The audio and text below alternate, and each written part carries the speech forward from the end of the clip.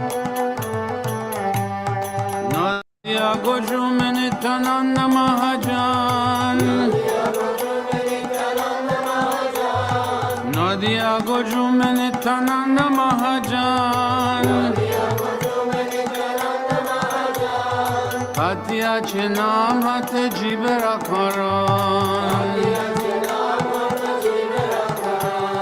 Hatia Chinam Hate Jibera Karan.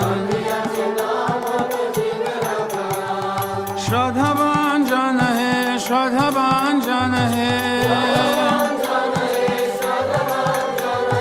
Shradhavan Jan Hai, Shradhavan Jan Hai. Prabhu Agai Bhai Magiye Bhikha. Prabhu Agai Bhai Magiye Bhikha. Bolo Krishna Bhajo Krishna Koro Krishna Shika. Bolo Krishna Bhajo Krishna Koro Krishna Shika. Aparara Shunna Hoy Loho Krishna Naam. Aparara Shunna Hoy Loho Krishna Naam. Krishna Mato Krishna Pito Krishna Dana Pran. Krishna Mato Krishna Pito Krishna Dana Pran. Krishna Samsara Koro Chariyana Cham. Krishna Samsara Koro Chariyana Cham. Divedoya Krishna Nam Sarva Dharma Divedoya Krishna Nam Sarva Dharma Shradhavan Jan Hai, Shradhavan Jan Hai. Shradhavan Jan Hai, Shradhavan Jan Hai.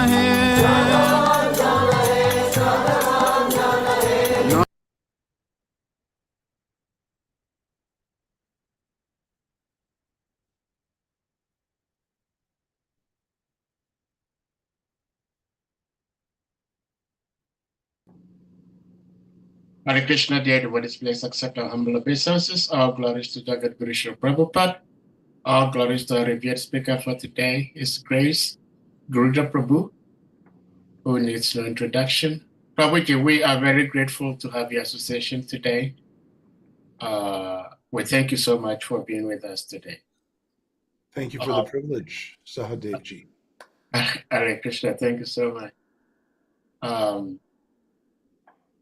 Dear devotees, this is the mercy the Lord has bestowed upon us today, that we have one of our beloved uncles who will be sharing the Nectarian Srimad Bhagavatam with us.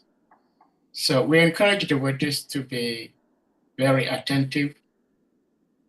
I'm so happy in so many ways because one, there is a question I have saved for Prabhuji for quite a while, and I hope I'll be able to have the opportunity to ask His Grace today for my own enlightenment and purification, and maybe others may also benefit from it. So Prabhuji, without further ado, we may put the verses on the screen and you may start speaking. I think we have 2 verses to cover today. Yes. Yes. Okay, Hare Krishna. Thank you so much. Are you recording this? Yes, we are actually live on YouTube at the moment. Yes. Oh, I see. Okay. Yes. I never know how these things work. Yes. Yes, we're live on YouTube now. Okay, very good. Very good. Thank you. Om Namo Bhagavate Vasudevaya. Om Namo Bhagavate Vasudevaya. Om Namo Bhagavate Vasudevaya. Om Jnana Timidandasya Gyananjana Shalakaya Chakshurun Militam Yena Tasmai Sri Gurave Namaha. The universe embraces each one of us, yet we can be so blinded by darkness. Because our true teachers guide us with the light of pure knowledge, our eyes can be opened to the power and sweetness of illumination. Therefore, let us bow down before those who guide us on our spiritual path. Hare Krishna. Srimad Bhagavatam, Canto 3, Chapter 20, Verse 42. Okay. Urjaswantam manyamana atmanam bhagavan ajaha sadhyan ganan pitriganan parokshenasrajat prabhuhu. Translation. Recognizing himself to be full of desire and energy, the worshipful Brahma, the creator of the living entities, evolved from his own invisible form. From his navel, the hosts of sadhyas and pittas. Then we have a one-line purport. The sadhyas and pittas are invisible forms of departed souls, and they are also created by Brahma. Okay, next verse. Ta atma sargam tamam tamkayam pitara pratipedare sadhyebhyascha pitribhyascha kavayo yad vitanvate. And go to the translation. The pittas themselves took possession of the invisible body, the source of their existence. It is through the medium of this invisible body that those well-versed in the rituals offer oblations to the sadhyas and pittas in the form of their departed ancestors on the occasion of Shraddha. Purport by Srila Prabhupada. Shraddha is a ritualistic performance observed by the followers of the Vedas. There is a yearly occasion of 15 days when ritualistic religionists follow the principle of offering oblations to departed souls. Thus, those fathers and ancestors who, by freaks of nature, might not have a gross body for material enjoyment, can again gain such bodies due to the offering of Shraddha, oblations by their descendants. The performance of Shraddha, or offering oblations with prasad, is still current in India, especially at Gaya, where oblations are offered at the lotus feet of Vishnu in a celebrated temple. Because the Lord is thus pleased with the devotional service of descendants, by his grace, he liberates the condemned souls of forefathers who do not have gross bodies, and he favors them to again receive a gross body for development of spiritual advancement. Unfortunately, by the influence of Maya, the conditioned soul employs the body he gets for sense gratification, forgetting that such occupation may lead him to return to an invisible body. The devotee of the Lord, or one who is in Krishna consciousness, however, does not need to perform such ritualistic ceremonies as Shraddha, because he is always pleasing the Supreme Lord. Therefore, his fathers and ancestors who might have been in difficulty are automatically relieved. The vivid example is Prahlad Maharaj. Prahlad Maharaj requested Lord Nrsimhadev to deliver his sinful father, who had so many times offended the lotus feet of the Lord. The Lord replied that in a family where a Vaishnava like Prahlad is born, not only his father, but his father's father and their fathers, up to the 14th father back, are all automatically delivered. The conclusion, therefore, is that Krishna consciousness is the sum total of all good work for the family, for society, and for all living entities. In the Chaitanya Charitamrita, the author says that a person fully conversant with Krishna consciousness does not perform any rituals because he knows that simply by serving Krishna in full Krishna consciousness, all rituals are automatically performed.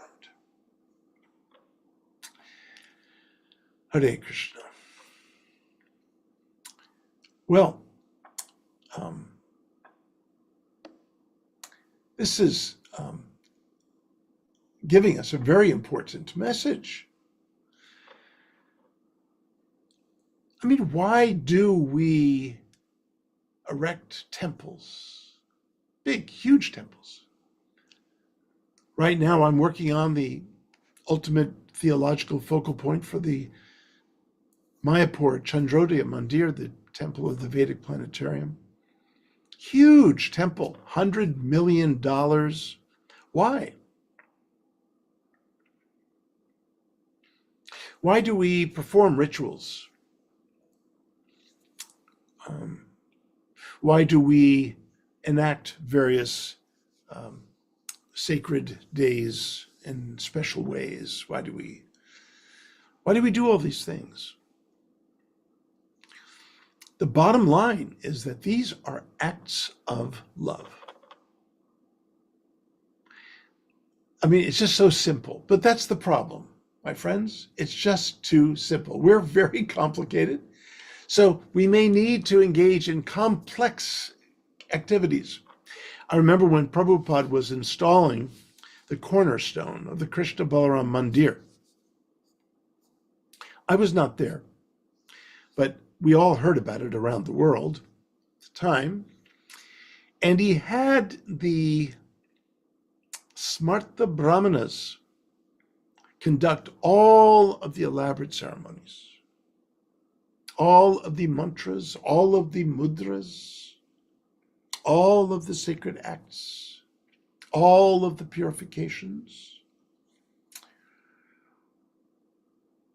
And Prabhupada turned to a disciple and said, the real installation is the Mahamantra, the chanting of the Mahamantra.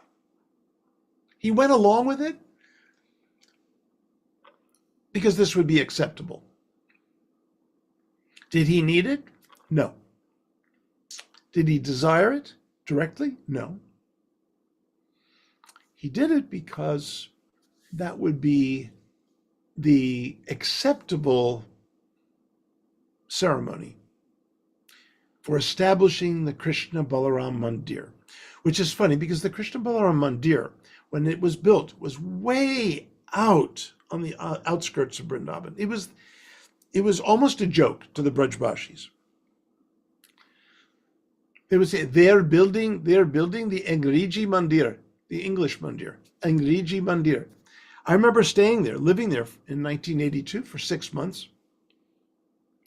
It was way out on the outskirts in Ramanreti. That's where Krishna and Balaram would play in the fields. Thus the deities, Krishna Balarama. There were no deities in Vrindavan of Krishna Balaram. So this was a wonderful contribution Prabhupada has made.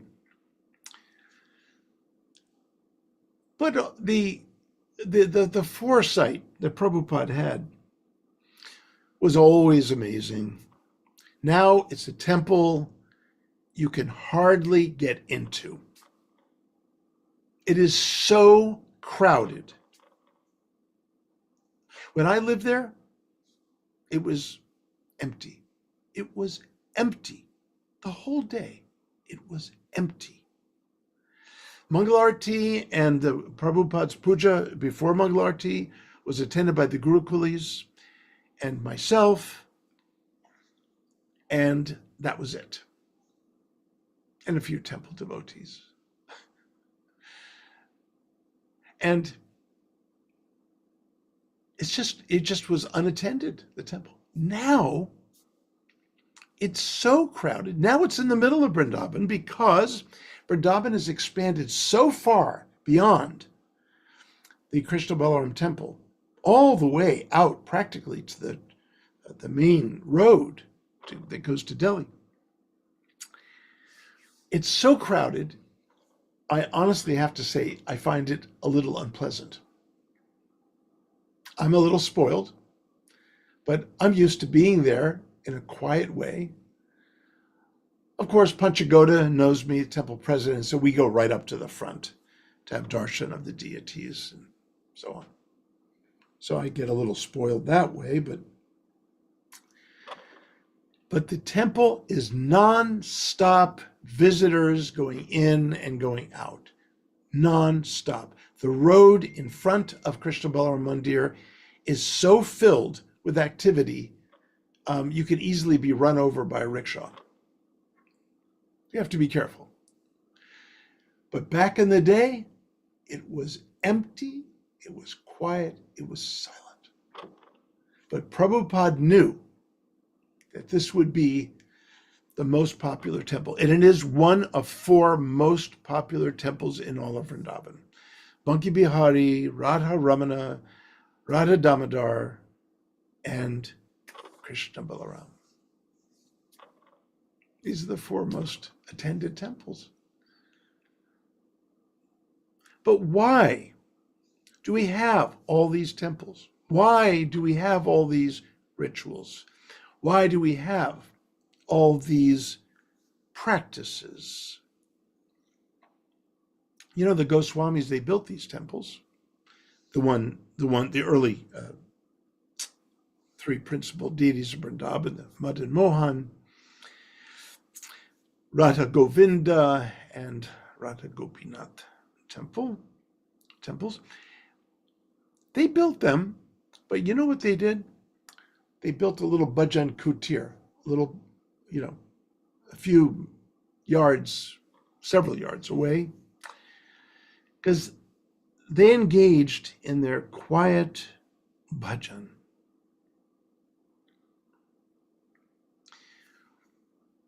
We build all of these edifices. We take pilgrimages to all of these sacred places as ways of enacting the most essential pilgrimage within to the very center of our beings, the heart. Not the physical heart, the spiritual heart. The heart in which divinity resides, along with the soul, the Atman. All external processes are a way of trying to establish the inward moving pilgrimages into the heart. This is our practice.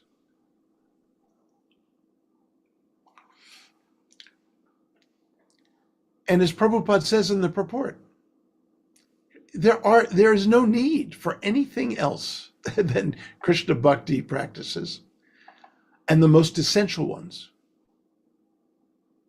Prabhupada says here, the conclusion, therefore, is that Krishna consciousness is the sum total of all good work for the family, for society, and for all living entities. A person fully conversant with Krishna consciousness does not perform any rituals because he knows that simply by serving Krishna in full Krishna consciousness, all rituals are automatically performed.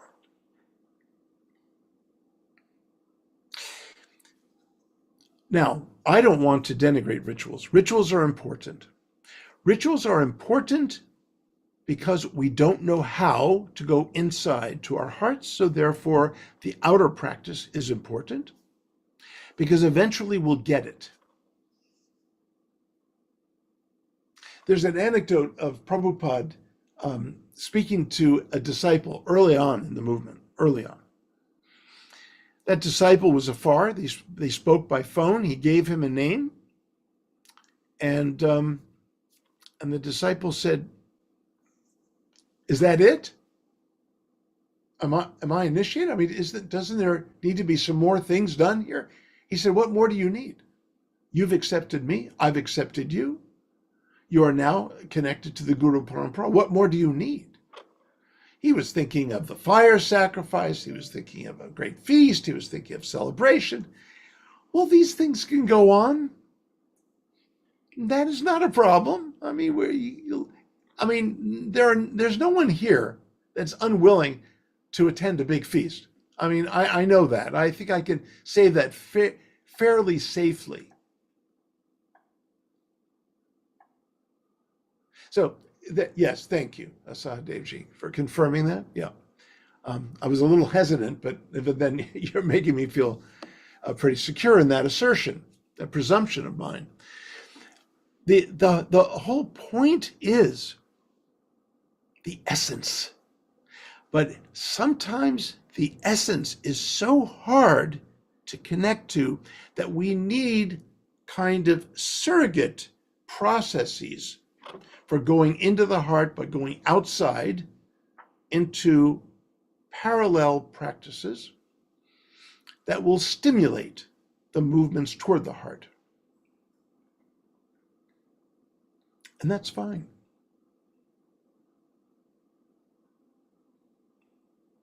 You know, a disciple, a devotee the other day,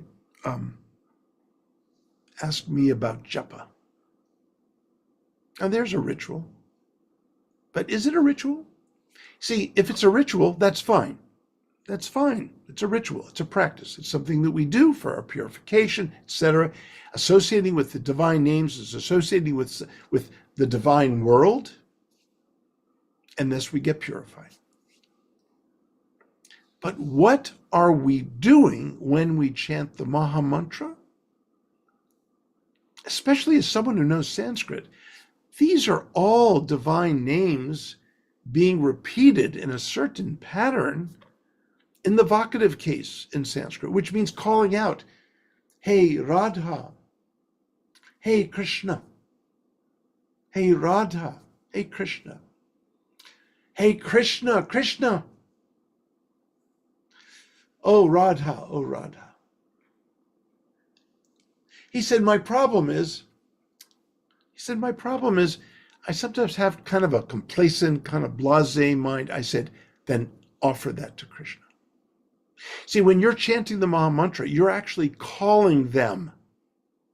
You're actually calling to them.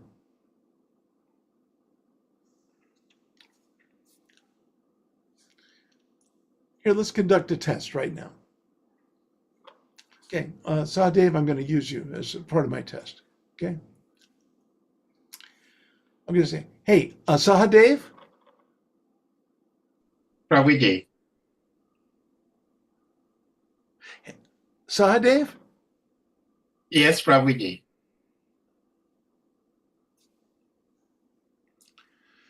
I'm kind of distracted over here. Sahadevji?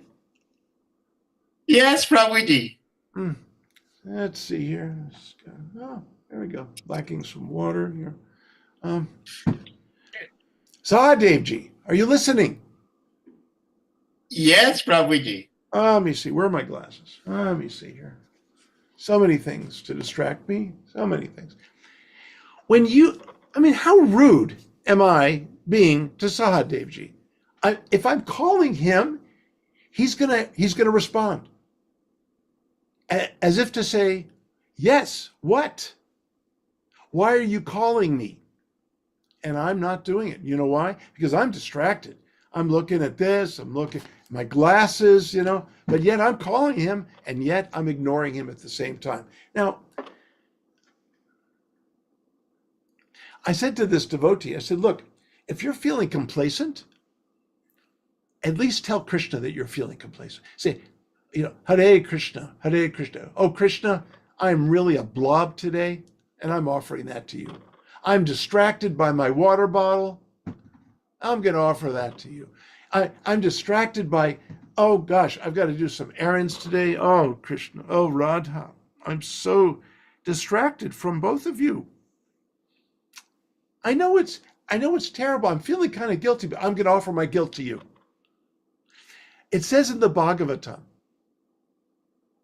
29th chapter of the 10th book, and I think it's in around the 11th verse or so, whatever your emotions are, sad, discouraged, depressed, or happy, elated, joyful, whatever they are, offer that to Krishna.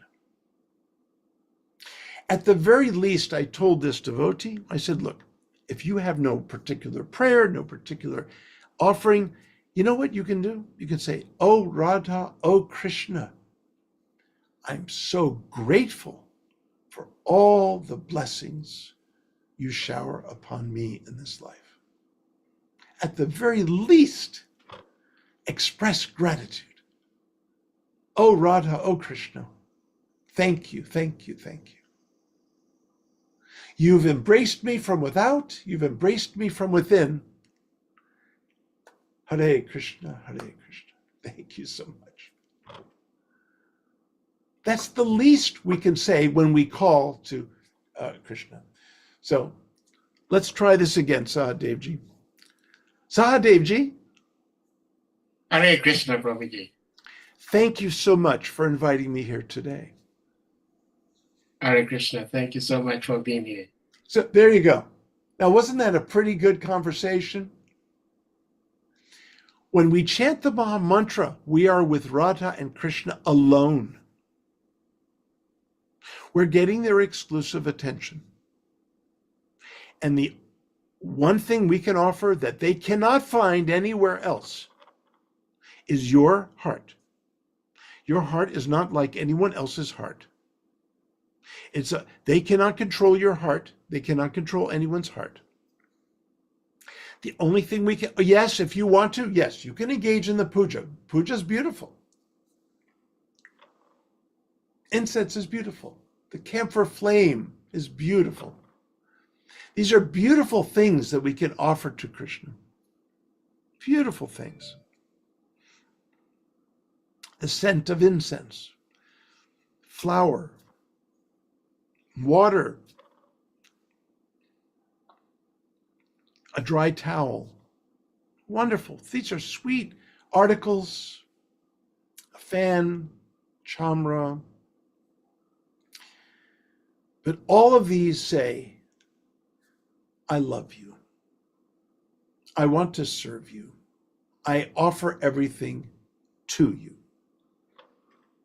That's what we do when we chant the Maha Mantra. That's what all these rituals that are very bhakti-centered rituals, that's what they say. That's what it's about.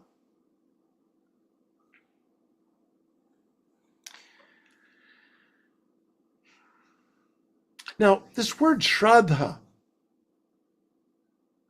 means honoring the forefathers. Shraddha. This is not to be mistaken for the word Shraddha. The long syllable is the first one and the short the second in Shraddha, referring to the worship of ancestors, honoring the ancestors. The second word, Shraddha, the first A is short and the second A is long, Shraddha. And that we translate typically as faith. And as I've pointed out in other sessions here, the word is, the morphology of the word consists of two words, shrad and dha. Where one places one's heart, that is one's faith. So it's ironic that Shraddha is really about Shraddha. Why do we worship and honor the ancestors, the forefathers. Why? Well, I've had parents that have passed on. I have to admit that I don't particularly perform Shraddha to them, but I always honor them in my heart. They have given me so much. Half the reason I'm here today is because of them. I happen to have been raised by wonderful parents. Not everyone has been. Not everyone has been. And therefore, you may not want to honor this parent or that parent or both or whatever, those who've raised you. It's a personal thing. It's a very personal thing. But to honor and to sustain a love for one's parentage is natural if it were a relationship based in love. And that is the case in my parentage. So, honoring the forefathers is kind of a natural thing. But what are we doing by honoring our forefathers? We are, in effect, honoring our heart's connections to those hearts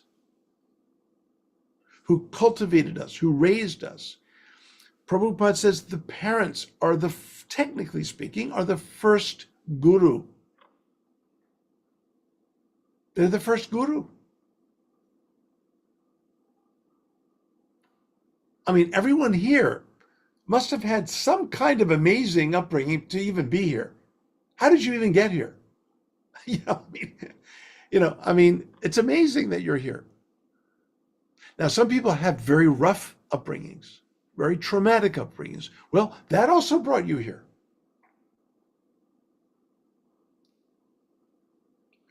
So, in our upbringing, in our connection with generations that came before us, somehow it all added up to being right here today. And how amazing is that?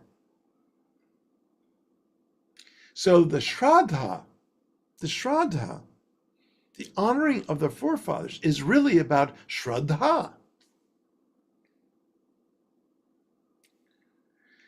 To not be so caught up in family, but to do the reversal, like the vowels are reversed in short and long.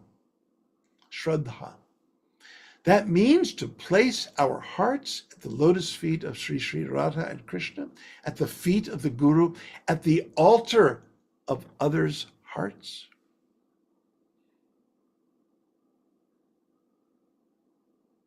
That is our process.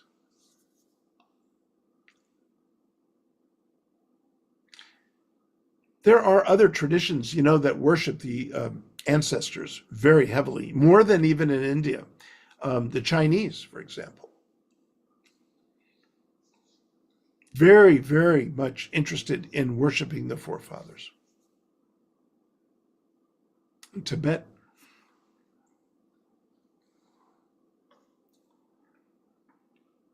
And that's not our goal. But to honor our first guru, our first gurus. All gurus, all teachers are to be honored.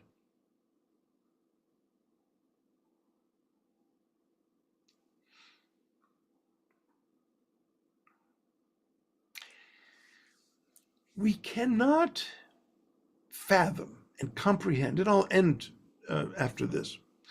We cannot comprehend fully the power of Krishna's grace and the way it comes through to us in this world. We should not be too quick to judge, but to respect that others in the world, Prabhupada mentioned, being distracted by, quote, sense gratification, which in a more common worldly common parlance could be understood as worldly indulgence. On the outside of the movement, people don't quite understand that phrase, sense gratification. They take it quite literally, and they don't really know what it means to gratify the senses, the act of gratifying the senses. They don't fully comprehend. They understand it in the broader sense. Worldly indulgences, being very much trying to live the spoiled life of the world.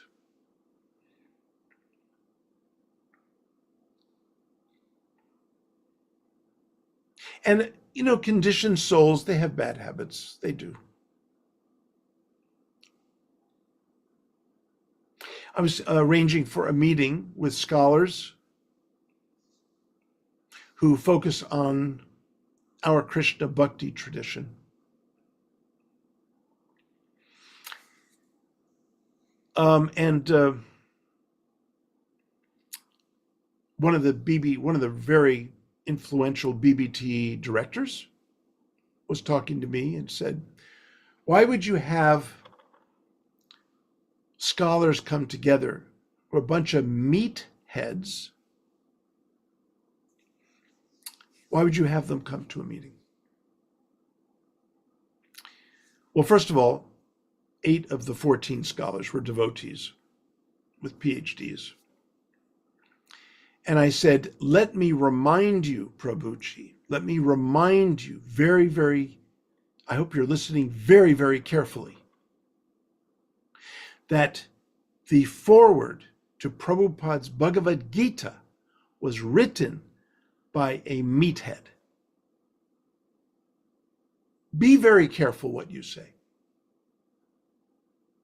Prabhupada said, anyone who is favorably disposed, anyone who is appreciatively lifting up our tradition, even with all their bad habits, in one place he said they're as good as the initiated devotees. How about that? With all their bad habits. Because you see, we just see today. We don't see the big picture. One of the most amazing things about Prabhupada, among so many other amazing things, countless amazing things, he saw the big picture.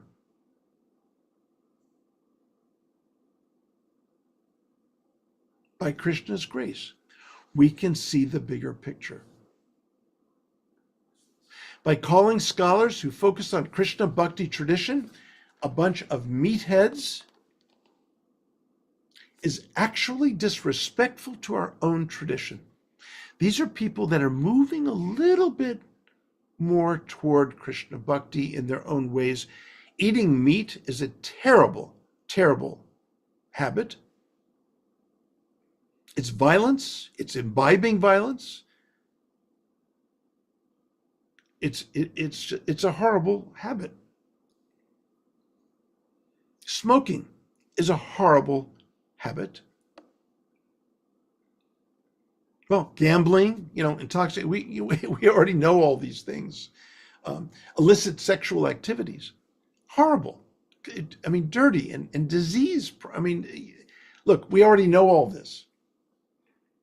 But anyone who is conditioned by these terrible habits, who turns his or her attention toward appreciating Krishna Bhakti,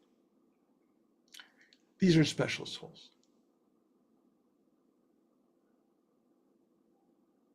Okay, Sahadevji, you know that I can go on, and I'm going to discipline myself and stop here and try to be a little cooperative with you. Well, Prabhuji, as always, thank you so much for just being here. And of course, speaking with the depth and the clarity as you did. I remember one time we had His Holiness Jayapataka Maharaj speaking to some of us virtually. And I was pleasantly surprised when Maharaj thanked all the attendees, all the devotees, one by one, thanking each and every one of them for allowing him to enter into their houses. I was thinking to myself, well, we just seeing you on the screen. But Maharaj was trying to help us understand that once we are in communion with an individual like this, the person is with us. Even though it's virtual, but he is with us. So the beginning point, like you said, no matter who the person is, as long as the person has appreciation for Krishna consciousness, we should recognize that and appreciate, which sometimes, unfortunately, some of us do not. But I hope and believe that at least those of us here listening and whoever may be listening to this tape, this recording, may learn that we have to appreciate. So thank you so much. Dear devotees, if anyone has a question, comments, realizations, reflections you may want to ask or share, please indicate by using the hand emoji or your physical hand, and you will be asked to unmute to ask your questions. Mother Gail, you may unmute, please. Thank you. Hare Krishna, Prabhus. Yeah. Yeah, my question is about this offering our distraction, sadness, whatever emotion we happen to be experiencing. Yes. Yeah.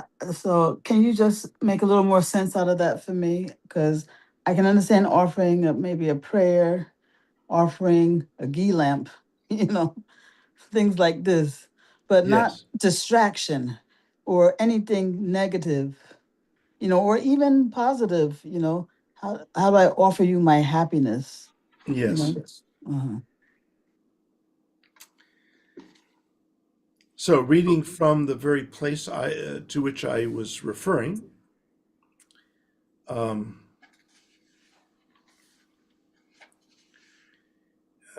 it's right here, I think. Here it is. It's the 15th verse in the 29th chapter of the Dashama Skanda. Desire, anger, fear, and certainly loving attachment, intimacy, and affection should always be directed toward Hari. By doing so, persons become fully absorbed in God. So there it is. Now, how do you do that? Well, you talk to Krishna. You talk to Radha and Krishna. When, once I got Sahadev Ji's attention, when I called out to him, he responded and basically said, "What can I do for you?" And I said, "I'm here. I'm distracted from you." And the paradox in that is that while you're being distracted from Radha and Krishna, you're actually focusing on Radha and Krishna to tell them that you're distracted from them. So that's the paradox. I mean,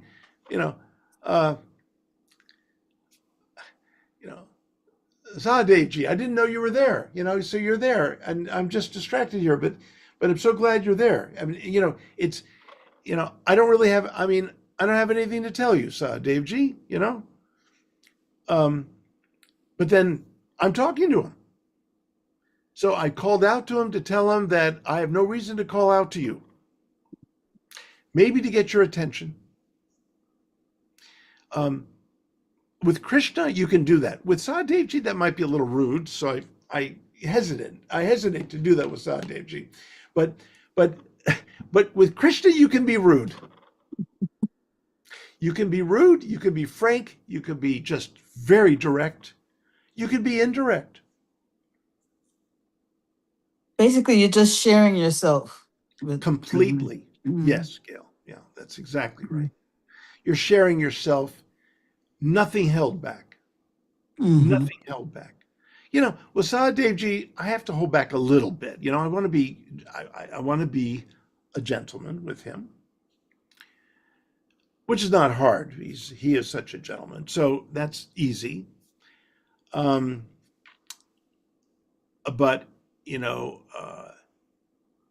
I'm not going to take out my frustrations that I couldn't write anything this morning. I had writer's block, and I've got so many published, chapters of books and another book due, and so on. Maybe after this session, maybe I will ask Dave G to stay on, and I can yell at him out of frustration. Take it out on him. But Dave G probably will say, "Why don't you tell Krishna all of this? I think he can handle it better." And without question, Krishna can handle it better than anyone. Look what Krishna handled from Arjuna. Oh my goodness. 29 and a half verses filled with lamentation, sadness, pain, grief, all kinds of mundane, machinations. Krishna sat and listened. He didn't say, "Look, Arjuna, while you're venting, look, I'm going to go over here and hang out with some of the other warriors, okay? Because you're not very pleasant right now." He didn't say that. And he certainly didn't say, "Look, I'm going to go to the other side and hang out with Bhishma Dev and, some of the other, Dronacharya or whatever." He didn't do that. He stayed right by Arjuna's side, even though Arjuna could barely even appreciate who Krishna was right before him. And that's our situation. As I said in our last class, I think we are Arjuna. We are distracted. We have things going on in our lives. As temporary as they are, they continue to grab us. They continue to sort of take us hostage. So tell Krishna, "I'm being held hostage. My mind is holding me hostage. Krishna, I have some bills due and I don't have enough money." Fine, tell him that.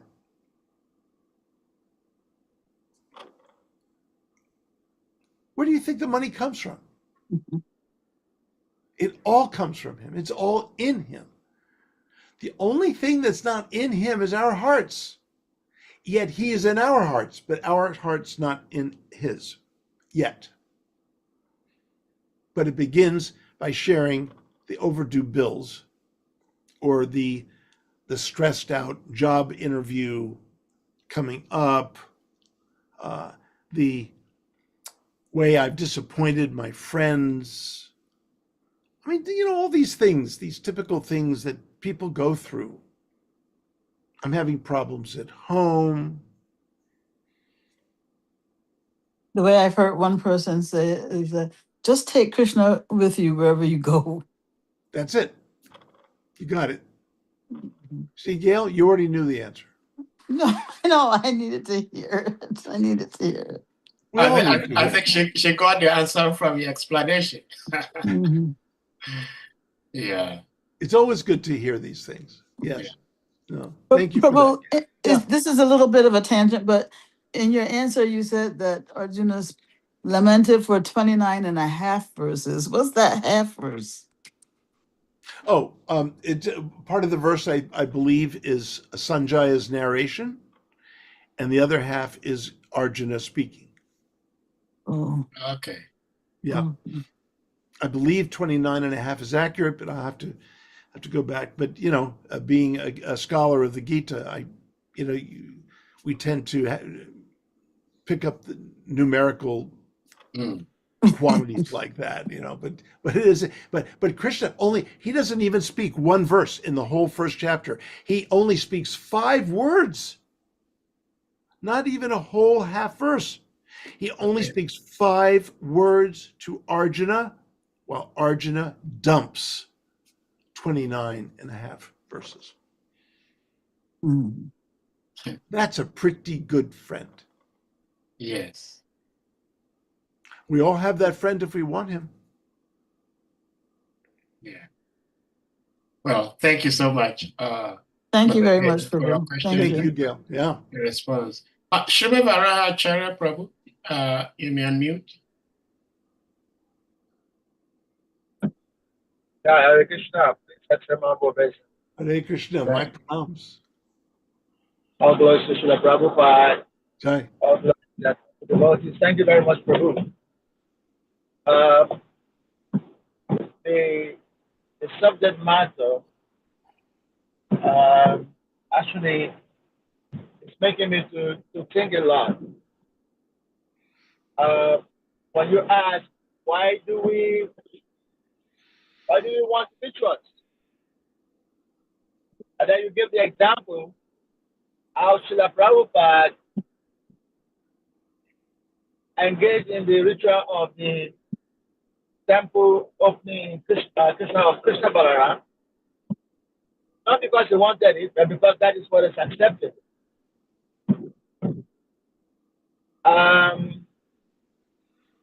That is a very serious point to consider.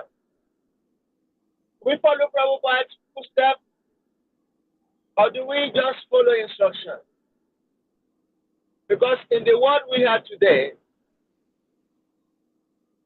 our style of devotion, praying without accepting anything in return, serving God without praying for anything, it is not acceptable. It is not what majority of people want. And it's very nice how you explain how to chant the holy name, and that is right. For those who are already imbued with the devotion, those who understand what bhakti is, that's okay. But here we are preaching to people, we bring them all together under one roof, and we give them the same level of knowledge. We expect everybody who comes to us to adapt this very high level, the highest level of devotion. Are we being realistic? When you tell somebody that there is something to gain in what he is doing, he will become absorbed in it. Very easy, simple. As long as the person knows that I'm going to get this, or this is going to happen to me when I chant, he get absorbed in it. But we tell people, don't expect anything, just chant for the pleasure of Krishna. It's like we're talking over their head, because it is not the normal thing to do for most people. Right. In fact, it is like it is not human nature not to want to expect a result. Those who come to that level, they have actually transcended. They've gone higher. And that one does not come to that, like Krishna says in Bhagavad Gita 7:19. One does not come to that like that. Those souls are very rare. Yeah. So now that's why I'm asking, the example you gave, it's a very nice, interesting example. How much do we follow Prabhupada in that sense? Or how much we consider that, okay, Prabhupada did that for that moment, but we just have to follow the instruction. We don't have to care about what is acceptable, what is not acceptable. Just go on chanting and telling people that this is the highest form of devotion. Are we being realistic? Thank you. Yeah. Yeah. Thank you. If I hear you correctly, you're asking how do we negotiate between whether it's appropriate to engage in rituals or just really just focus right to the essential things, even to the disregard of rituals. And I think the best way to answer this is to be context sensitive. So, for example, I can initiate someone, and it can be a private connection, a private transaction, as Prabhupada had on the phone with that one devotee. Or if it's in the context of a temple community, having the ritual engages everyone in that private activity, in that very special activity of Diksha. So ritual is a way to bring community together, Sangha together.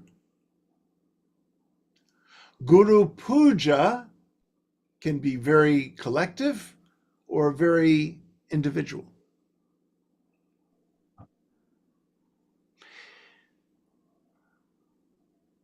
So I think it's about what makes, just as Prabhupada, establishing a temple in Vrindavan, you're dealing with the whole, Brajbasis and, the community in Vrindavan, which is very variegated. So you want to do something that will be a ritualistically acceptable and bringing people into a kind of welcoming acceptance of your presence there. If he just went ahead and did it without that, the result would have been different.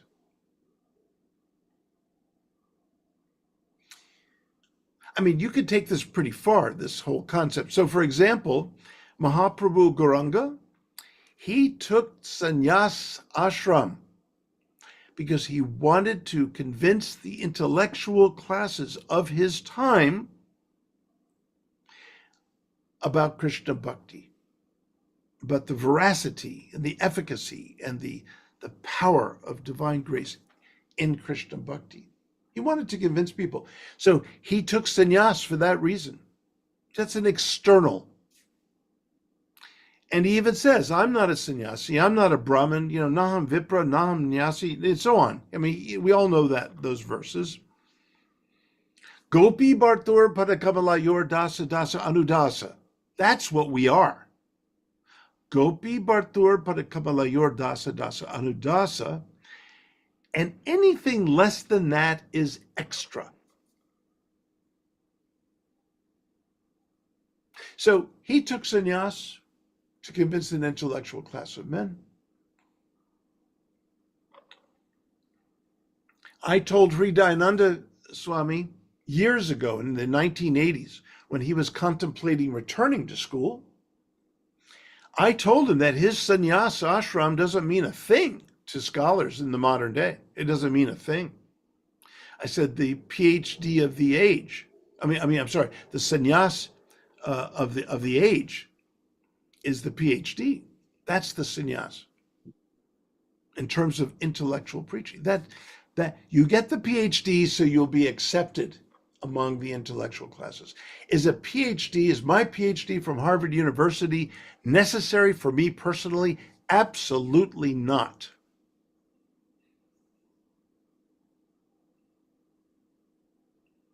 So the whole point is, ritual practices may be a way to bring people in closer to the essence, even though it may not be itself the essence. Now, in a chapter I've written that's going to be published, I've talked about how Prabhupada's teachings, at one level you could say everything and anything that Prabhupada said is absolute because he's, the world teacher of Krishna Bhakti, the first time in history, really. But at another level, there are, even in the teachings, in the Shastras, there are different levels of the teachings. In the practices, there are different levels of practices. And in Prabhupada's speech and his thought, there are different levels. And I've divided it up into 3 levels. The essential teachings, you could even say the essential practices. The supportive teachings, or you could say the supportive practices. And the supplemental teachings, and you could even say the supplemental practices. The most essential thing to practice is the Mahamantra and Japa Dhyana and Bhajana. I mean, in one sense, you could say there is nothing else. But then, Rupa Goswami says of all the rituals and all the practices in the Bhakti Rasamrita Sindhu, 5 are the most important. Now, one of those is chanting of the Lord's names. The other 4, living in a place like Mathura. Well, that means arranging your domestic situation that is beautifully reminding you of Mathura, the holy Dham. So you may not be in the holy Dham, but you can create the holy Dham where you live. A Bhagavata Seva.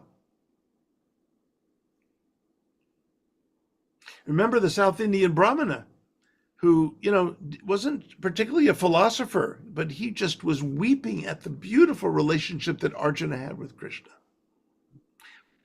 That's the essence.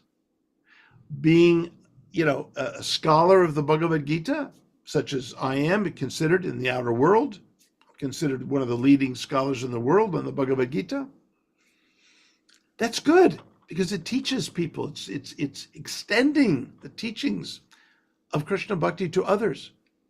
But internally, does that matter to me? No, not at all. What matters to me is my connection with Radha and Krishna, my connection with devotees and their hearts.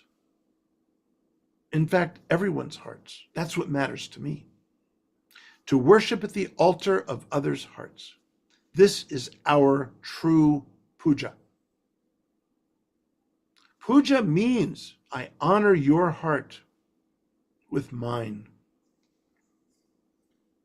Everything else is external.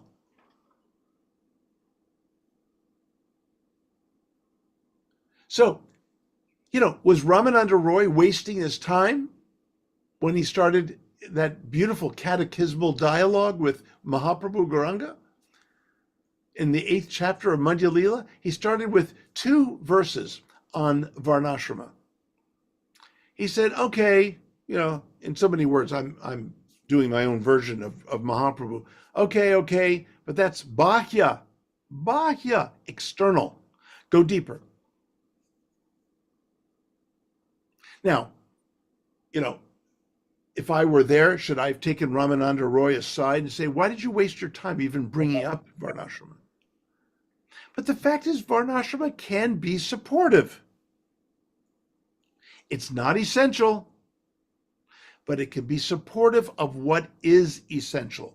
Now, when Varnashrama is taken as essential, when it really should be taken as supportive, we've got a problem. We've got a problem. Because then we're no longer in bhakti. We're in, Hinduism. Or, we're devout,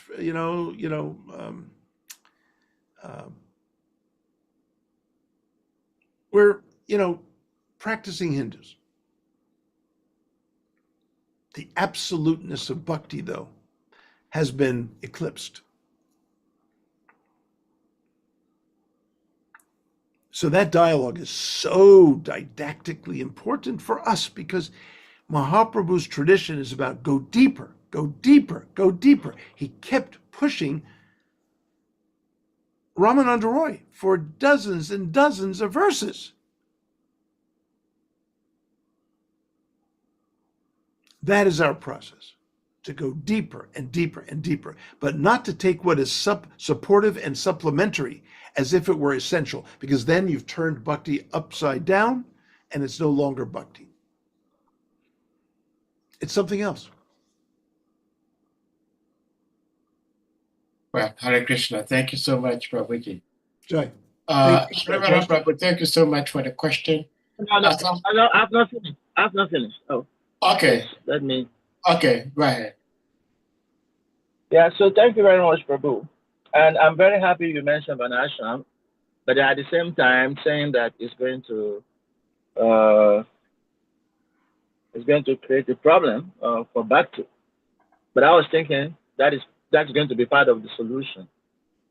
So anyway, so then your last example of Lord Chaitanya asking Ramananda to go deeper. Immediately in my mind, I was just thinking that is not what Lord Chaitanya was recommending for everybody. That was like to his special associate or to special a certain class of devotees. So the argument going on in my mind is the fact that we are given the highest level of God realization, and we are making it like everyone can practice it. But there are two things. One thing that attracted me to Krishna consciousness, which I keep appreciating every day, is that this is the only scripture that says that the laws of God or devotional principles, it's not for everybody.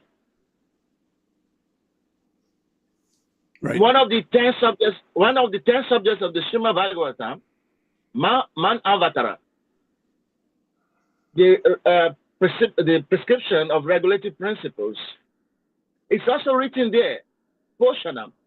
It's meant for those who aspire to perfect their life. It's not for everybody. Mm-hmm. It is not said there that this is for everybody. It said it's for those. As presented by Manu Samhita, the Man Avatara, they give us the regulative principles, but it is meant for those who aspire. So we are not making distinction any longer. We don't seem to realize that it's not for everybody. And maybe we will be making more impact if we begin to dose out the process of chanting or whatever the ritual, according to those who come, for a certain level. Of course, we're just following what Prabhupada left for us. But Prabhupada had a vision. And that vision is the Varnashram, where he thought that this could be synthesized down for the supportive and the supplemental, or whatever level you name them.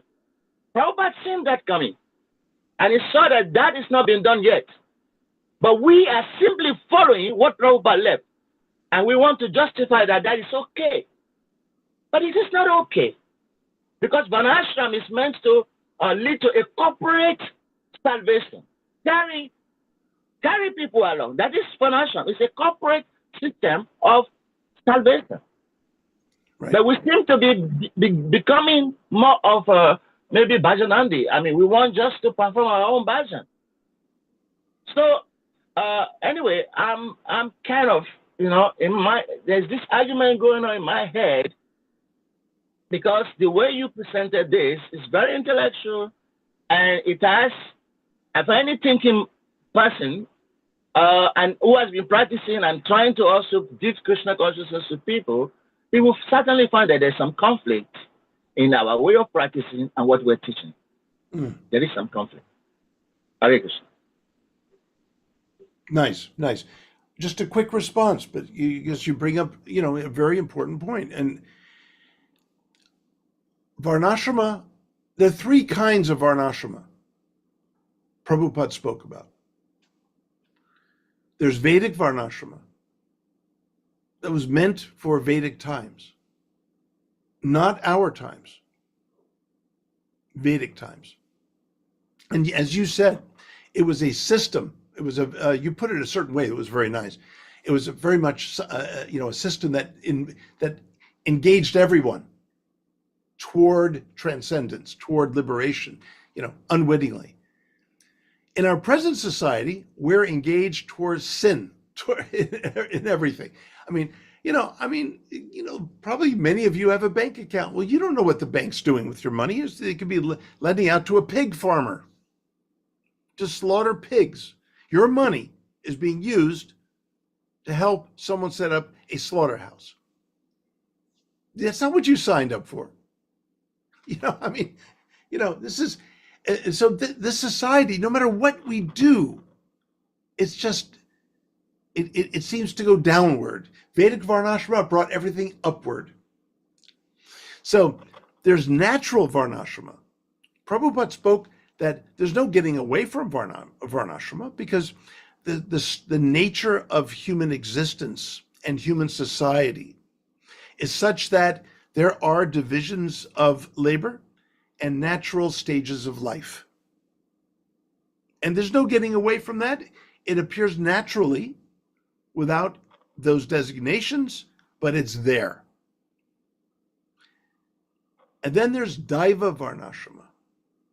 Daiva Varnashrama is the application of Vedic principles of Varnashrama insofar as and as far as it can be utilized for enhancing the life of bhakti.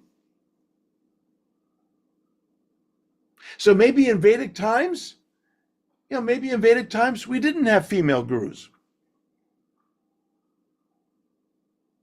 But so what? There is nothing that can limit the manifestations of divine grace. If divine grace chooses to come through a woman to offer diksha or shiksha, there is nothing you can do about it. You can systematize it out of ISKCON. That's fine. You can do that. You can try to control things, but that's not the purpose of ISKCON. The purpose of ISKCON is to embrace all flowering and blossoming of bhakti in whatever form it takes. The purpose of ISKCON is not to control devotees, but to embrace devotees as they blossom in Krishna bhakti. Varna and ashrama certainly can enhance that blossoming. But if two identified with Varna or ashrama to the detriment of one's bhakti, then it's no longer bhakti. I'm a sannyasi because that's more important than my bhakti practice. I'm more identified as a sannyasin than I am as a bhaktin. Well, nope, that's not our process. But if I'm a sannyasin, because I can devote so much time and energy to the service of Krishna and to my guru, that's bhakti.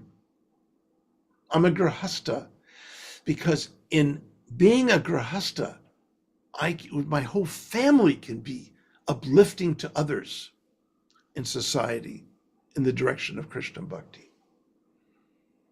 I can be in society in a way that the sannyasa ashram cannot. That's bhakti. To utilize ashrama and varna in enhancing the flowering and blossoming forth of bhakti, that is Daiva Varnashrama. Rawiki, thank you so much. Just by listening to the questions, remarks, and your responses, makes me feel like this should be going on nonstop. It's so soothing. As I'm listening, I am also having so much going on in my little head here, but we have Harichakra Prabhu's hand up. Yes. Harichakra Prabhu, please, you may unmute and you speak. Hare Krishna Prabhu. Right. Wonderful pranam. All My glories to pranams. you. And all glories to Prabhupada and all glories to the assembled devotees. Yeah, Prabhu, thank you very much. Actually, I don't know how to explain it. I got a little bit emotional about the question Mother Gay asked. for you to explain in the way you explain it. And it just clicked to me that, wait a minute, already we have this thing going on in our everyday life. It's like if you are even in a regular, life, and there is somebody in the community that you can share your everything with, like you can share your grievances. If you are in difficulty, you can share your difficulty. Right. You can, and the person will have a listening ear for you. And maybe the way they will talk to you immediately, you don't you at certain point, after listening to you, they may say one or two things, and even though the problem is not gone, but still you feel satisfied. Yeah. So I was just thinking, wow, so this should be the way we should relate with Krishna. Yeah. Yeah. So, this thing has hit a chord in me so bad that everything is already available for us. Because it's true. Sometimes you meet some people, and you, even when you are happy, you start looking for them to share your happiness with them, and they also become happy just by seeing you happy. Yeah. Yeah. It's contagious. Yeah. Contagious. So thank you. That little thing you said there is giving me a lot of things to think about. Oh, wonderful. So thank you very much, Prabhu. Oh, well, thank you for the way you've articulated it and in your appreciation of what we're speaking about. Yeah, it's we have such an intensely personal process. I mean, let's get real here. Okay, let's even get, well, we've been getting real, but let's get even more real. Book distribution's wonderful. There are some devotees who are distributing thousands of books. It's wonderful. Prabhupada loved book distribution. On our deathbed, are we going to revel in how many books we distributed? No. No. It's the affection and the love of Prabhupada, his devotees. It's the affection that we have experienced and the love that we can leave this world with. Because we can't leave with Sankirtan scores. We can't leave with all kinds of fancy PhD degrees, and we can't leave with, all kinds of material accomplishments. We can't leave with the idea that I've built a huge temple. But we can leave with the love we have received and the love that we have given. That is all we have. And that's a huge amount, especially if we understand that all of these things are for that purpose and no other purpose. The problem is when we see, when we impute extra value in these external things that really can be easily a subtle distraction from the inner workings of the heart. That would be the problem. We are prone to idolatry. Idolatry means making something more than what it is, and blasphemy means making something less than what it is. We have to be careful. What are the 10 offenses to the holy name? All 10 different ways we can make the holy name less than what it is. What are all the aparadhs we can commit? Making something less than what it is.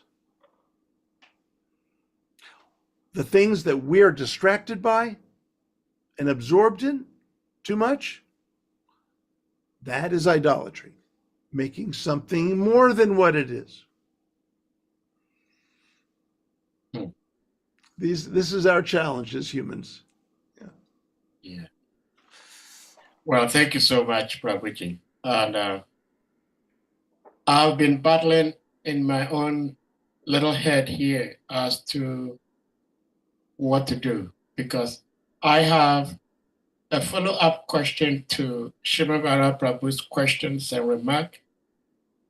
But I also have had this question that has been reserved for your grace for such a long time, and I'm battling which one to ask, so that in case I'm unable to ask my second question, I'll still be okay. And I think I'll go with my question I had in mind for you even before the class began. Okay. And that is, I don't understand Sanskrit. I don't know anything about Sanskrit, but I've heard that hearing, chanting, and remembering, like the 9 processes of devotional service, Shravana, Yes. hearing. And I am wondering, is Shravana translated as hearing or listening? And I am asking this question because when one is looking at something, there is an active effort. If someone sees something, it's passive. Mhm. If I'm listening to something, now sometimes when you're driving and you're crossing a rail track, you see a sign, stop, listen. Mhm. You know, I've never seen stop and hear. It says stop and listen. So if Shravana is hearing and it is passive, how could that be when Maharaj Parikshit was not being passive when Shukadev Goswami was speaking to him? He was actively listening to my understanding. And how does one hear with attention? I don't think one requires attention to hear. One requires attention to listen to something in order to hear what is being said or whispered. So this is a dilemma I have, and I do not know if you may be able to help me with the essence of Shravanam being hearing as opposed to listening.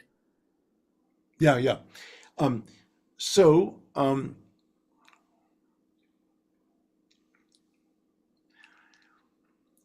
the Vedas are known as Shruti, as we all know. Shruti, that which has been heard. Not so much that which has been listened to, but heard. And I think the word here engages more of a little bit more of a deeper process. Of course, it's always good to listen. In fact, you're right. Maharaj Parikshit is known for hearing Shukadev. He's known for the Shravanam process. And it is described that he drank the nectar of the Bhagavatam through his ears. So that's not a passive process. Drinking is, no one pours water in the mouth and just kind of, lets it kind of overflow. It must be active. If you're not swallowing, if you're not drinking and you're just pouring. So the idea of hearing, I think, means that while something's being poured, you're actually taking it in. You're ingesting it. The other day, devotees were asking me, well, how can we be actively hearing?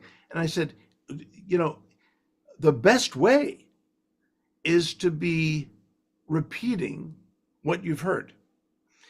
and doing that in a diary form, not on the computer, but in a little notebook with a pen and paper. And even if you just listen to the Bhagavatam for 5 minutes every evening before you go to sleep, be reading to choose the most compelling words you find there as you've heard them, and then write them down. So you're actively hunting. It's a horrible example, but you know how hunters, they're just so intent on killing that animal. Okay, well, that's like I already told you, it's a horrible example. But if we can hunt, if we can, search for those words that we were truly meant to hear at that moment, the words that mean the most to us in that passage, and write them down, and maybe write what was so meaningful about them, how they struck you, then what you're doing is you're hearing, but you're also chanting. But it's ironic, though. You're chanting back to yourself. So what you're doing is you're going through a double Shravanam Kirtanam process. You're hearing through Shravanam, and then you're writing it down, so that's Kirtanam. Then you're reading what you wrote, that's Shravanam, and then it's Kirtanam for you to even write more thoughts down on top of that. That's what I call drinking the Bhagavatam through one's ears. So I'm not sure if I answered your question, but hearing is really a better translation for Shravanam than listening. In fact, listening is not really in the lexicon, the Sanskrit lexicon for the word Shravanam. It is the word hearing. And I'll tell you why I like the word hear. And it's a little corny, and I think I've said it here before, but it's always worth saying again. When we hear deeply enough and we keep hearing and keep hearing and keep hearing, as Krishna gives us the example, we are able to connect to the heart. And all we do is we add the T on the word hear. Well, thank you so much, Prabhuji. Yeah. I as you were speaking, I was listening, and I can say I was listening to you with rapt attention. Yeah. And because I was listening to you with rapt attention, I can say that I heard Right. what you were saying. So the essence of listening is to hear. Yeah. So the essence of like looking is to find, is to see. That's right. So the scriptures are trying to help us understand that if we're listening to something, the conclusion is we're listening to something to hear, which will sink into our subconscious mind. And so, especially how you gave the definition of Shravanam, like the etymological word shru, which is shruti. Right.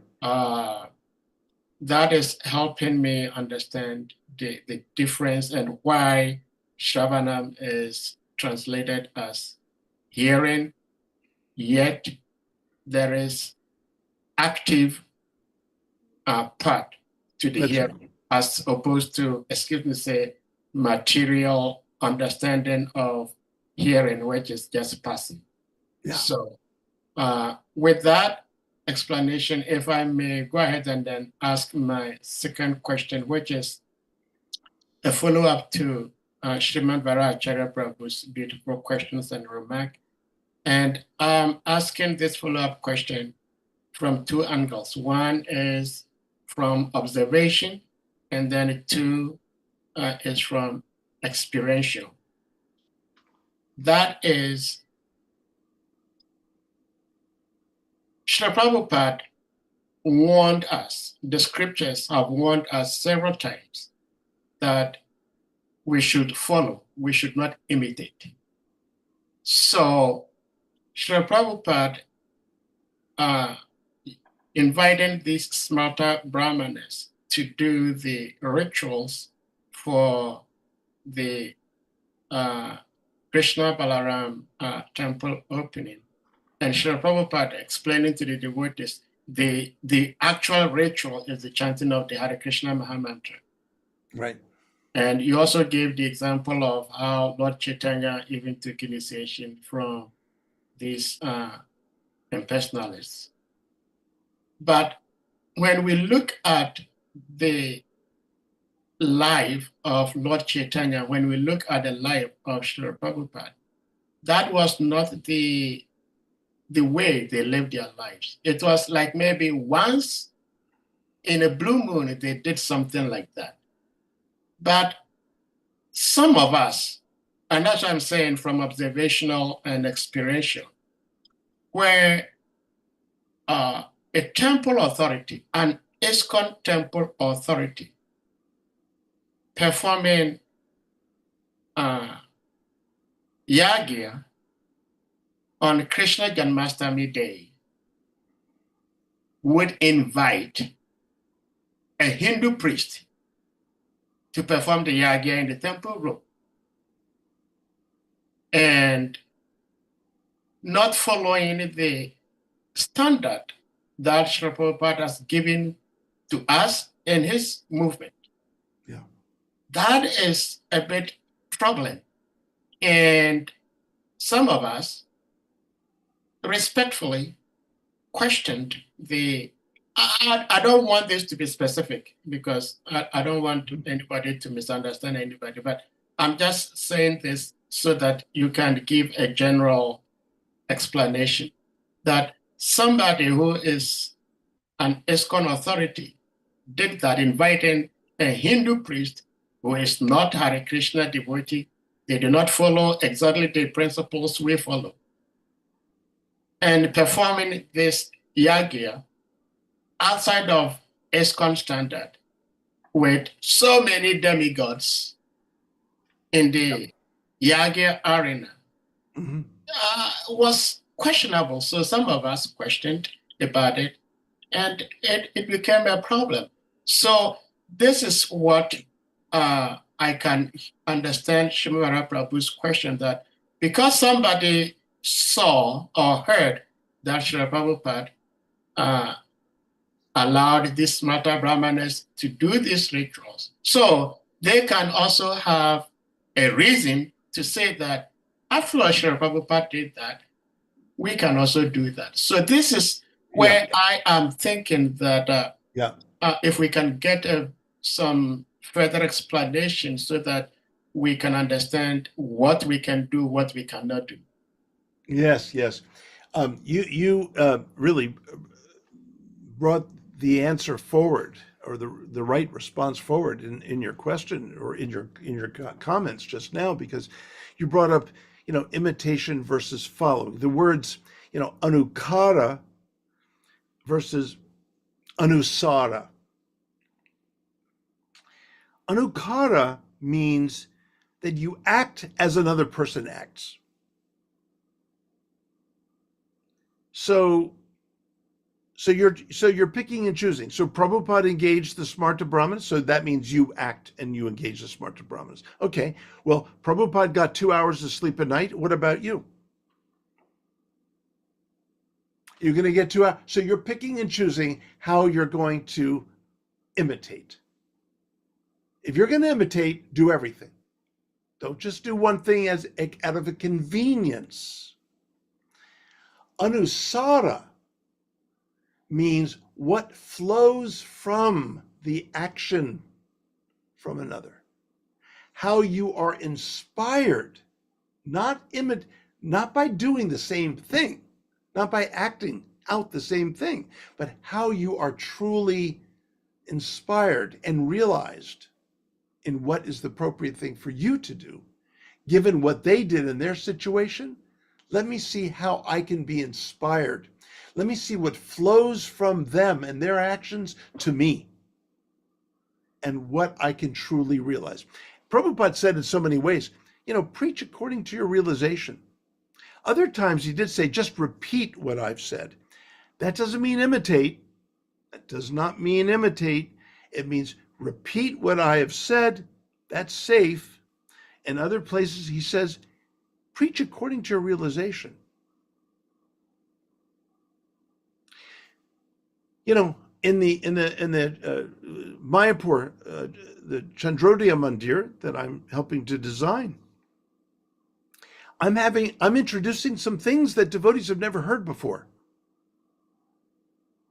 And some devotees may say, well, Prabhupada never said that. I say, well, Prabhupada never said a lot of things that other PhDs in science have said. When we're specialists, that's our job, is to develop what Prabhupada said and take it further. That's what our job is. If we measure everything according to what Prabhupada did, that's a kind of reversed, that's a kind of projected imitation. In other words, I expect you to imitate what Prabhupada did.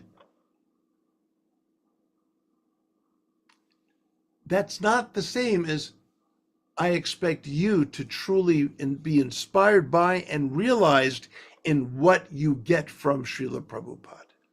That's different. So, we sometimes do that with each other. Yes. I expect you to imitate Prabhupada. Oh, okay, fine. You're picking and choosing.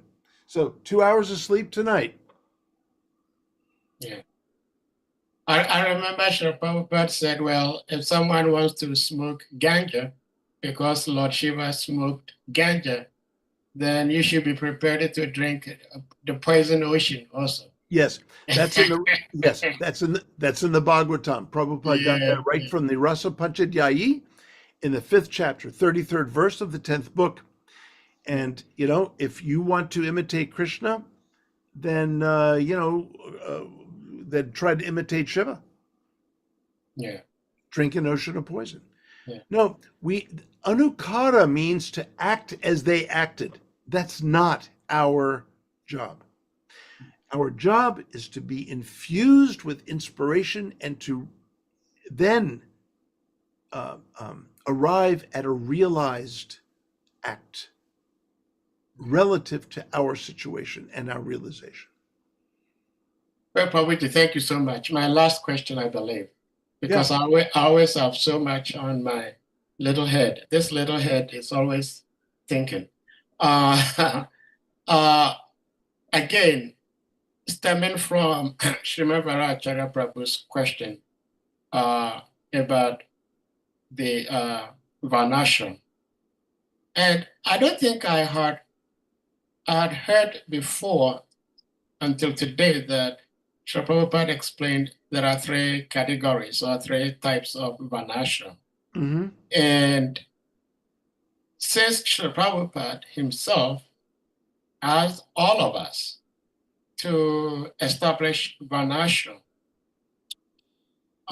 which is like 50% of his job that he did not complete, I would like to find out from you which Varnashram actually Srila Prabhupada wanted us to establish, because like Srimad Prabhupada was saying, it's like Varnashram, as most of us understand it, is to bring all devotees into this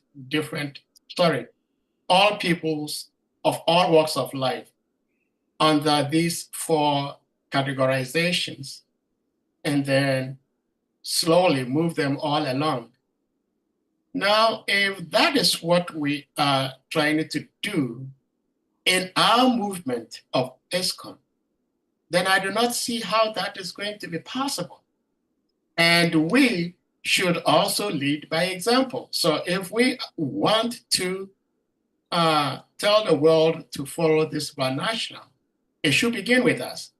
Yet I am finding it difficult how that is feasible, because I have one devotee friend, Mataji. She shared with me that she visited one temple in Germany. They have a farm there. And there was one devotee she used to see, but she had not been seeing him for some time. So the next time she saw the devotee, she asked the devotee, I've not seen you for a while. And the devotee said, I love the philosophy. I love the Hare Krishna teachings. But I am a Shudra. I cannot leave the temple and live such healthy, clean life. I like to get myself, I like to get myself dirty. I have to smoke and work on the farm, work hard. Those are some of the characteristics of a Shudra. Now, if we have people like that, all living in the temple in the name of an ashram, I do not see how that is going to be feasible. Yeah. So my dilemma again is when Srila Prabhupada asked us to complete the other 50% of his job, which is establishing Varnashram, and it's a responsibility he's giving us, so we should try to accomplish it. But how do we go about it? Because like as I'm giving this example, I do not see how we could accommodate somebody living in a temple and living all sort of, excuse to say, unclean lifestyle because it's just a sutra. Please help. I'm a little disturbed. Yeah. Interesting. Please, Very if you interesting. can permit me, before Prabhu speaks, I think you get something wrong. Varnashram does not say everyone must live in the temple. It's actually the opposite. So please get that correct. Varnashram does not oblige people to stay in the temple. Establishing Varnashram does not mean that we should bring everyone into the temple. You got it wrong there. If that's what you meant, that is not correct. Sorry, that's it. Well, okay, Prabhuji is here, but I think from what you were saying, we bring in people from all walks of life, from all various backgrounds. I mean, the very person we are following, Lord Chaitanya, he did not give any demarcation or any barrier to whatever anybody is doing. He said to bring everybody aboard. It could be whether they're living in the temple or they're not living in the ashram, but bringing everybody on board. So that is why I said what I said. But Ruda Prabhu, please, you may address it. Yeah. Varahaji is, in making a good point that the whole point of Varnashrama is to bring a much broader, to throw a much greater net of engagement of persons in society. But now this is a common meme throughout the movement that Prabhupada, it is stated that Prabhupada said that 50% of my mission has not been done. It's establishing Varnashram is the other 50%. I don't know of any verification of that. Someone once said that Prabhupada said that. We don't have an actual verification of that. And if it were that important, Prabhupada would have written about it. He would have stated that directly, and we don't have that. Now, if let's just say that Prabhupada thought it and expressed it to someone, nonchalantly. Well, that's a dramatic statement. But,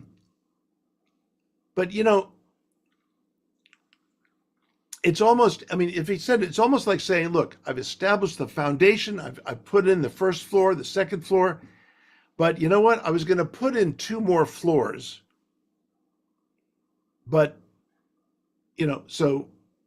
my building is half done. Well, the fact is, the first 2 floors are darn good. And the foundation is necessary for anything, anyway, whether it's Varnashram or whatever. So you can't compare the first 50% to what may have been referred to as the second 50%. So I object to some of the interpretations of what Prabhupada said. And exactly what Prabhupada meant by that, we'd only be able to get from Prabhupada himself. But interpreting that statement in light of everything that he's written, the only way I can understand it is that Prabhupada would have loved to have had a broader reach into society and make and accommodate more persons from where they are at, including that Shudra, the person who identifies more as a Shudra than a Bhakta. And that's going to be happening. People will identify more as a Shudra, more as a Vaishya, more as a Kshatriya than a Bhakta. But all the while knowing that Bhakti is where we need to go, but we're just not there yet, and so on. So Varnashrama seems to accommodate those who are much more compromised in the life of Krishna Bhakti. At the same time, Daiva Varnashrama, then I should also point out that I think Prabhupada, he abhorred the slaughterhouses of cows, and he abhorred the fact that even the milked cows would be slaughtered. And I think he really wanted to have devotees with their own cows who were loved and cared for the same way Krishna loved his cows and the way that his cows loved him. And milk was produced on the basis of that. Anything less than that is simply not acceptable to me personally. So I do not buy store-bought milk because that milk comes from cows who are constantly being mistreated, who are being controlled by machines. They are being shot up with chemicals to produce more meat eventually and more milk currently. And this is not, they're not meant to be treated like objects, like machines. That's not the milk that Krishna accepted. So I happen to love milk products, by the way, but I have renounced those. Except when I've gone, for example, to Govardhan Eco Village in Mumbai, outside of Mumbai. Radhanath took me there. We spent 3 days together. And his cows are loved, and they will never be sent off for slaughter, and they're never being abused at any point. And there's a sensitivity not to remove the baby calf from the mother cow too long. Don't do that too long, because that puts her in anxiety. So we can have some milk, but the milk is meant for the baby calf. So we have to be careful about the ethical implications of what we mean by Varnashrama. We have to shoot for the highest. We may be not able to get there now, but as long as we're in the direction of perfection, that itself is perfection. But to expect perfection now, or to pretend that perfection is there and just take store-bought milk and offer it to the deities, like, well, they say that, the cows, they quote Prabhupada to me. They quote, Prabhupada said, well, we can offer the milk from store-bought milk. The cows will be benefited. Well, I've seen Prabhupada write other things that are conflictual with that. My own realization is ethically, and even ritually, it doesn't make any sense to support the milk industry, the massive milk industry, which abuses cows. Devotees get into arguments with me. They say, well, Prabhupada said. I said, forget it. In this instance, put what Prabhupada said aside. Because I, as a teacher, have told my students, never will I ever ask you to do something that betrays your conscience. Never will I ever ask you to do something that betrays your conscience. My conscience tells me that I cannot participate in the violent culture of the dairy and meat industry, and they're both the same. I cannot do it.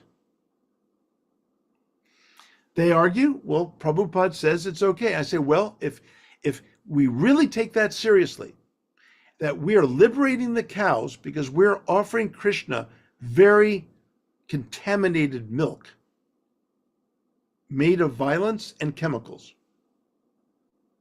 and hormones, negative hormones, then why don't I start a brothel? Why don't I have women performing their prostitution activities because they have to, because they've got nowhere else to go? And I'll take the money that they make from their clients and give it to the temple because they will be benefited. Do you think that they care? They are forced into prostitution. Do they care? You know, it's just unethical to my mind. And I'm just sharing you with all of you what I can and cannot live with. To me, it's the same thing. Setting up a brothel, they perform their prostitution activities. I take all the money. I don't take any money for myself. I take all the money and give it to the temple. That means that the temple is building more wonderful things with the money. But it came from prostitution. And those prostitutes would not voluntarily do that. Nor would these cows voluntarily undergo their mistreatment in these factory farms for our milk. Never should anyone betray one's conscience. Well, Prabhuji, this last statement you hammered on is a Brahmastra on my head. And, but I don't want to be too greedy. Hamsadutta Prabhu, Prabhuji, in fact, we are so thankful. It seems you kind of understand us really well, that this Sangha has lots of devotees with lots of questions.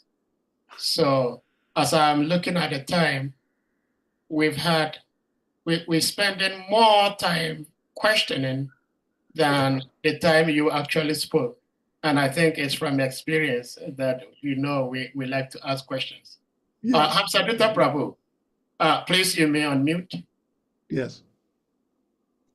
Krishna, a great Christian inside my special obeisances. My pranams. All glory to Jai Guru Shri Prabhupada, and all glories to you, and all glories to wonderful assembly devotees. Today I really wanted to listen, but when His Grace Adi Prabhu asked his question, this question came to my mind. And I have two questions actually. So my first question is that, to say that when you go to the dam, you don't have to commit offenses in the dam. So if you see a devotee, for example, in the dam and smoking, is it one of the offenses, or it's not offense to smoke in the dam? This is my first question. And my second question is... Sorry, Hamsadutta Prabhu, before you go to the second question, I don't know if Prabhu understood clearly what you were asking, because I didn't. So are you asking whether the person smoking is committing offenses, or the other devotee who is seeing another devotee smoking in the dam and thinking, why is this person smoking in the dam committing offenses? Who is committing the offense? There's the two of them, because the moment... both of them? Yes, but the moment you see that, because yesterday I saw something like that and I was, what? Why is he smoking here? And at the same time, I was thinking, this devotee drive all the way from different states.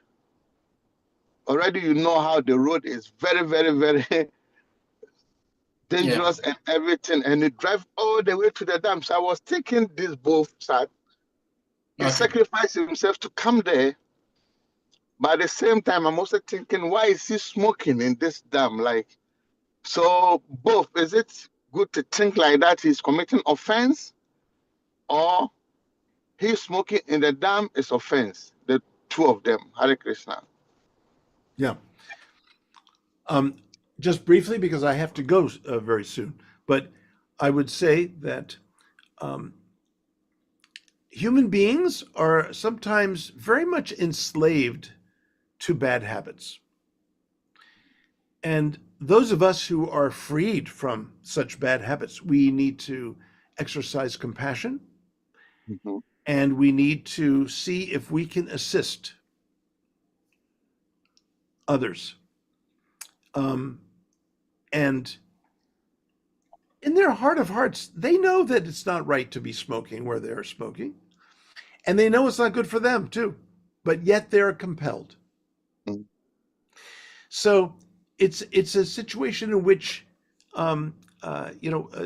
humans can easily fall back into some very bad habits, Yeah. and they can spiral down. So this is very difficult. This is very difficult. If they're doing it by choice and almost like in spite, if they're doing it to be rebellious, that's another issue. But if they're doing it because they can't help it, because there's an addictive quality to that activity for them, then addictions are very, very bad. Prabhupada speaks about sexual addiction when he speaks about women desiring men who are expert at rape. That he's talking about sexual addictions. In the purport prior to that one purport that's been very questioned, he says, one who is addicted to sex cannot be a Vaishnava. Mm. So, and now when we say addiction, we are meaning something very strong here. We're not meaning someone who will indulge or someone who will succumb to some hormonal forces at times, whatever. We're talking about an addiction means that the substance and the object of the addiction is more important than anything else. When I have a drug addiction, then if I had a drug addiction right now, if I needed heroin, then I would come on and give a Bhagavatam class, but I would ask all of you to send me a donation right away.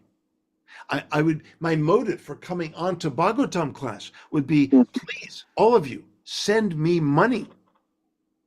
That's why I'm here. Yeah. So, Hunter Duty, you got to send me money right away. Govinda, you got to send me money right away. Okay. And that's more important than my caring about your devotional life or about your caring about mine. Mm. I need the money now. I need the object of addiction now. It's more important than anything. And if you don't send me money, you know what I'm going to do? I'm going to start yelling at each of you. I'm going to start abusing all of you. So you see, there's abuse that follows an addiction because no addiction is ever fully satisfied. And therefore, I will always be in a somewhat violent stance. So it's a very, very nasty thing. They say that smoking nicotine is more addictive than even heroin. Now, luckily, for smokers, picking up a pack of cigarettes is pretty easy. You can pretty much do that anywhere. Picking up heroin is not that easy. Yeah. But addiction is hell. It is a human experiencing a hellish condition even in this world, and it will kill you. All addictions eventually kill you. Certainly kill your spiritual life. Well, Hare Krishna, thank you so much, Prabhuji. Yeah. Thank you so much. I know Prabhu want to go, but okay. Yes, I know Prabhu want to go, but just a very quick question. Yeah. Prabhu, please accept my respectful obeisances and thank you for everything.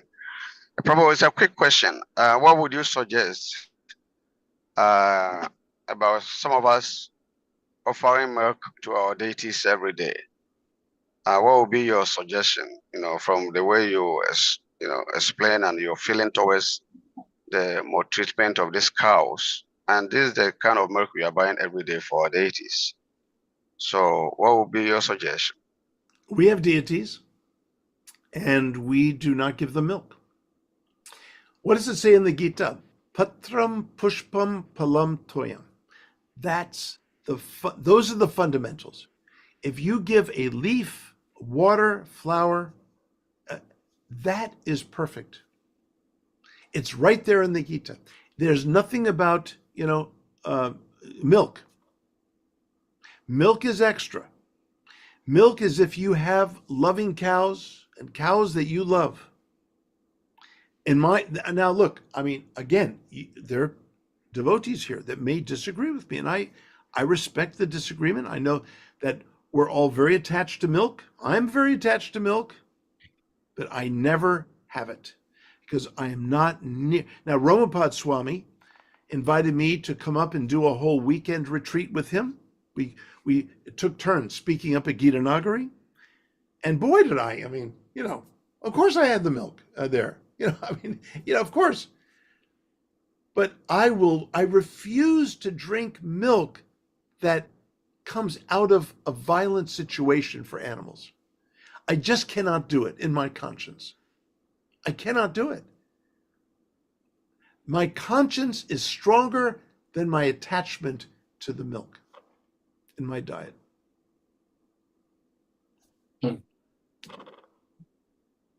can talk more about this sometime. It is quite a subject. Yes, it is. I know that we've been habitually, offering milk that comes from the stores that come from awful, awful conditions. We are unwittingly supporting violent treatment of cows. Those milk cows, once they're done milking, they get shipped off to slaughter. Their babies, if it's a male calf, that male calf is taken away immediately, and the cow is in pain, maternal pain. That calf, that male cow, is useless except for the very soft skin that it can provide for leather bags for very costly women's clothing. And this is, it's just awful. That whole industry is absolutely awful. They keep the female cows. Why? Because they want them to milk eventually. And they force insemination. It just abuse all the way up and down. Very wicked. Yeah, nothing you and I would do naturally. Right. But we let them do it. Why? Because we want the milk. Not me, not I. But again, I don't condemn anyone. It may be something that works. I didn't fully realize this until 15 years ago. And my wife she always was inclined toward this, but never went along with it because she didn't want me, but she finally explained to me. We worship the love that Krishna has for the cows and the love that the cows have for Krishna. This is so antithetical to that rasa that we need to stop. And when I really got it, I literally gave the rest of my milk products in my refrigerator to my neighbors. I even refused to finish what was in the refrigerator. It hit me so hard when I fully realized what I was doing and what I was participating in. It's just wrong. It's just so wrong. Some devotees attack back at me and say, well, Garuda, what about the vegetables that you offer to Krishna? What about the slave labor in some of these countries where these products come from? You want to support that? Well, obviously, if I know about it and know that all carrots come from enslaved, workers, well, I probably would not buy the carrots. But if I know the carrots come and I'm still doing it, then it's a question of conscience. And Prabhupada equates conscience with supersoul. The voice that I hear on the inside should not be in conflict with my actions on the outside. Ideally. Well, It's thank you so tricky. much, Prabhuji. Tricky stuff. Oh, sorry. Go ahead, please. More to come later. We can. This is a good Yes, subject. yes, Yeah. yes. I was going to try to address the devotees by saying that we're very much grateful and thankful that Prabhuji is here. You know, Krishna is so sweet that once you start talking about Krishna, you can't leave talking about Krishna. That's But right. Katyantascha mam nityam. Nityam. Katyantascha mam nityam. Nityam. Constantly. Continuously. Yeah. Yes. But we heard Prabhuji say that he has another engagement, and we would like him to attend to that so that we may have his divine association again the next time. So thank you so much, Prabhuji. I believe that myself, all the devotees here, most likely buy into your conscience that we don't have to support these very, very harmful activities towards the cows. But sometimes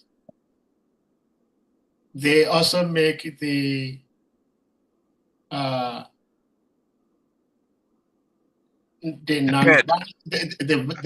non-violent milk so expensive to the point that one is unable to buy it. Yeah. That's right. So that is also one challenge that some of us have. Yeah. But we thank you so much, dear devotees.